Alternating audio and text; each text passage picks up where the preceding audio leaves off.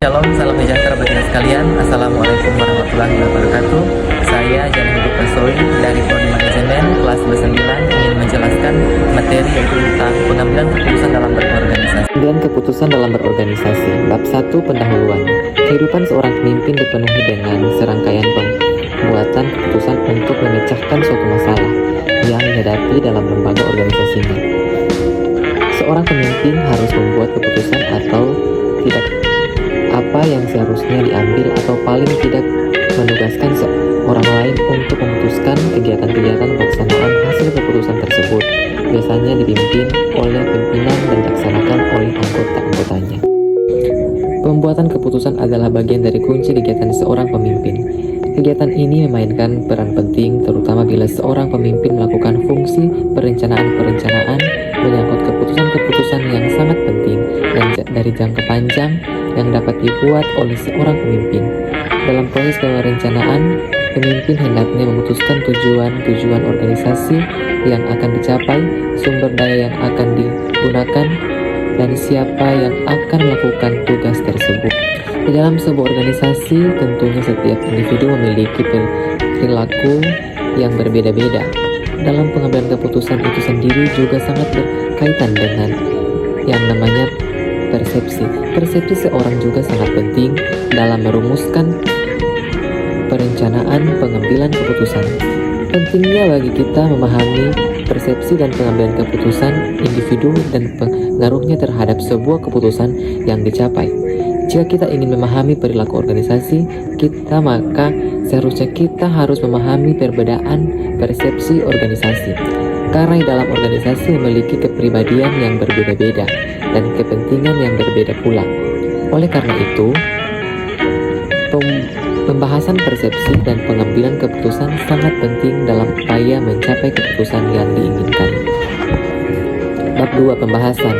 Tipe pengambilan keputusan. Tipe pengambilan keputusan atau decision making adalah tindakan manajemen dalam pemilihan alternatif untuk mencapai sasaran. Keputusan dibagi dalam 3 tipe, yaitu pertama keputusan terprogram atau terstruktur, yang kedua keputusan setengah terprogram atau setengah terstruktur, yang ketiga keputusan tidak terprogram atau tidak terstruktur. Di sini kami memakai tipe keputusan terprogram karena menurut kami ini cocok dengan judul pembahasan kami, yaitu pengambilan keputusan dalam berorganisasi. Yang berikutnya, proses pengambilan keputusan.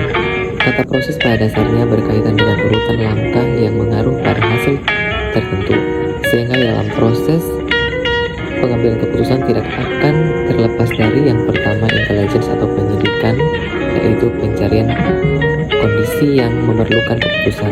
Yang kedua desain atau rencangan, yaitu dengan pengembangan dan analisis terhadap berbagai kemungkinan tindakan.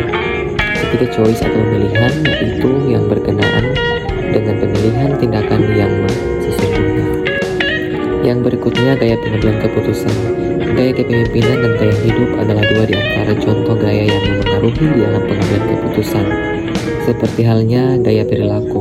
Di dalam pengambilan keputusan, seperti halnya gaya perilaku kepemimpinan yang ditampilkan oleh seorang di dalam melakukan pengambilan keputusan dan bermacam-macam. Menurut Charles Jung tahun 1923, seorang psikolog telah mendefinisikan 4 fungsi dalam kaitannya dengan pengambilan keputusan, yaitu pertama, sensing atau penginderaan, yaitu yang berkaitan dengan tendensi untuk mencari fakta, bersifat realistis, dan melihat suatu dalam perspektif yang objektif. Karenanya fungsi ini mendapatkan nilai yang tinggi pada fakta yang dapat diverifikasi oleh penggunaan panca indera menyukai rutinitas dan presisi. Yang kedua, intuisi, yaitu berkaitan dengan tendensi untuk mencoba menyikap kemungkinan-kemungkinan baru guna mengubah cara menangani sesuatu, menyukai situasi yang baru dan unik, tidak menyukai hal-hal yang bersifat rutin, detail, dan presisi. Yang ketiga, thinking atau pemikiran adalah tendensi untuk mencari hubungan sebab akibat yang sistematik untuk dianalisis secara utuh dan membedakan dengan tegas antara yang benar dan yang salah. Dan pemikiran bertumpu pada proses kognitif. Yang keempat, feeling atau perasaan, yaitu tendensi untuk mempertimbangkan bagaimana perasaan diri sendiri dan orang lain sebagai akibat dari keputusan-keputusan yang dibuat. Dalam hal ini adalah perbedaan-perbedaan antara yang baik dan yang buruk, bernilai dan tidak bernilai, dan ia menggunakan daripada proses efektif. Metode-metode kuantitatif pengambilan keputusan. Metode kuantitatif berdasarkan keputusan pada penilaian objektif yang didasarkan pada modal matematika yang dibuat. Umumnya, pendekatan kuantitatif dalam pengambilan keputusan yang menggunakan model-model matematika. Matematika sudah ditemukan oleh manusia ribuan tahun yang lalu dan telah banyak digunakan dalam banyak aplikasi. Untuk kasus yang lebih kompleks tentu saja dibutuhkan modal matematika yang lebih rumit. Kreativitas dalam pengambilan keputusan.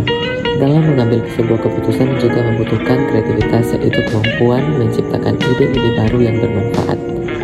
Kreativitas penting dilakukan karena dalam melakukan hal tersebut kita dapat menilai dan membuat masalah lebih mendalam. Adapun hal-hal kreatif menurut Ismara tahun 2009 yang dapat dilakukan pemimpin dalam mengambil sebuah keputusan ialah yang pertama, tahap pertama yaitu orientasi masalah tersebut, yaitu merumuskan masalah dan mengidentifikasi aspek-aspek masalah tersebut. Yang kedua yaitu tahap kedua, preparasi. Pikiran harus mendapat sebanyak mungkin informasi yang relevan dengan masalah tersebut. Yang berikutnya, masalah. Kejadian kompetisi persaingan yang tidak sehat di dalam organisasi pasti ada yang namanya posisi atau jabatan. Semakin tinggi jabatan maka semakin tinggi tanggung jawab, dan yang pasti semakin tinggi juga gajinya dan honornya. Solusi bergantung pada pemimpin yang tinggi dalam suatu organisasi tersebut. Bagaimana pemimpin tertinggi memberikan pandangan terhadap bawahannya. Misalnya jika para pemimpin menaruh paradigma pada bawahannya, yang bekerja paling baik adalah yang akan dipromosikan dengan jabatan yang lebih tinggi, maka persaingan tidak sehat pun terjadi. Akan tetapi jika pemimpin tertinggi memberikan paradigma pada bawahannya bahwa organisasi ini adalah milik kita bersama, dengan tidak membeda-bedakan alasan dengan bawahannya, maka bawahannya akan merasa memiliki inilah yang paling penting dalam perusahaan, bahwa semua anggota merasa memiliki.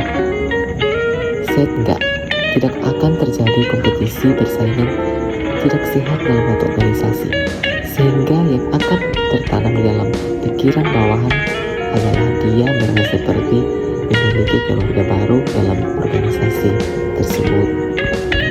Bab 3. Kesimpulan dan saran. Kesimpulan. Dalam mengambil sebuah keputusan, tentunya pemimpin sebagai leader kelompok harus mampu mempunyai ide-ide kreatif dalam mengambil suatu permasalahan. Ide yang disampaikan pun harus berdasarkan keputusan yang rasional. Jadi pengambilan keputusan sangatlah penting dalam lingkup organisasi, karena keputusan leader kelompok bisa mengambil acuan dalam menyelesaikan masalah. Yang berikutnya adalah saran. Dalam mengambil keputusan dalam organisasi, kita perlu mempelajari beberapa aspek yang sudah disusun dalam pembahasan tugas ini. Kita semua pasti tidak menginginkan keputusan yang kita ambil adalah keputusan yang bisa membuat kita menyesal di kemudian hari. Untuk itu, di dalam tugas ini sangat perlu dan dibutuhkan oleh semua orang, khususnya mahasiswa yang masih memerlukan ilmu dan pengetahuan dalam pengambilan keputusan untuk menentukan kehidupan di masa yang akan datang agar menjadi manusia yang lebih baik.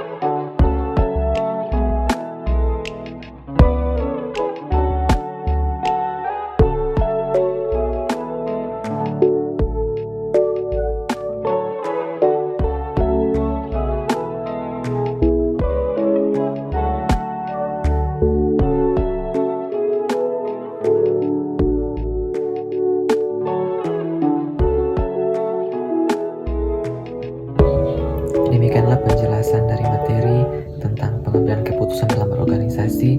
Semoga materi ini bisa bermanfaat bagi kita semua. Demikian, Tuhan Yesus memberkati kita sekalian. Shalom. Wassalamualaikum warahmatullahi wabarakatuh.